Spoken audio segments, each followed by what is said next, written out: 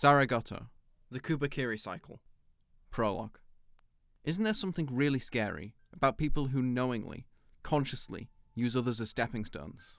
I wonder. Actually, it's the people who unknowingly, with all the best of intentions and illusions of just cause, use other people who are way more disturbing. But you're a good guy, right? He chuckled. Thankfully, whether or not I'm a good guy has nothing to do with anything. Instead, it's like this. It's not about two different ways of thinking. It's about two different ways of living life. About the absolute and enormous difference between people who can get through life without even needing to walk over others, and those who aren't even worth walking over. Yeah, I guess that's what this is really all about. Like a painter without a style. Like a scholar whose studies are complete. Like a chef who has already tasted success. Like a fortune teller who has transcended too far. The women on the island were far too different. Both the host and the guests were of a hopelessly different breed. Of an unstoppable different breed. Of a different breed you'd never want to stop. Their existence was so out of reach, so distant, that you could never even hope to muster a desire to approach it. And then, in other words, this is a question of what is a genius and what isn't. Now, being incompetent, that's what's best really. To be completely obtuse. To be so oblivious as to never think for a second about one's purpose in life. To never think about the meaning of life. To never think about the value of life. Then this world would be a paradise. Calm, peaceful, and serene. Trivial things would be major and major things would be trivial, and life could be lived to its fullest. Surely that was indeed the case. The world is harsh to the brilliant. The world is harsh to the competent. The world is harsh to the beautiful. The world is harsh to the attentive. The world is kind to the unkempt. The world is kind to the incompetent. The world is kind to the corrupt. The world is kind to the oblivious.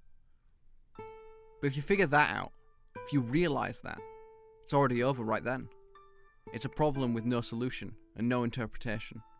It's over before it's begun. And by the time it's over, it's complete.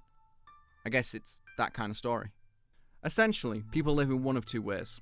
Either they live in awareness of their own worthlessness, or they live in awareness of the worthlessness of the world. Two ways. Either you allow your value to be absorbed by the world, or you chisel away at the world's value and make it your own.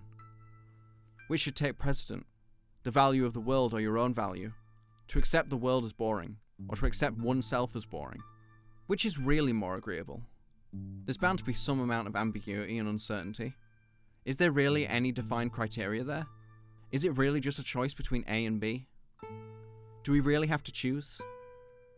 Where is the line between being genius and not genius? Where is the line between what is true and who is a lie? Where is the line between who is true and where is a lie? You must not ask. He snorted cynically. So how about you then?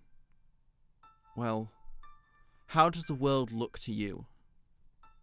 To me, after having experienced that island. To me, there, next to the blue.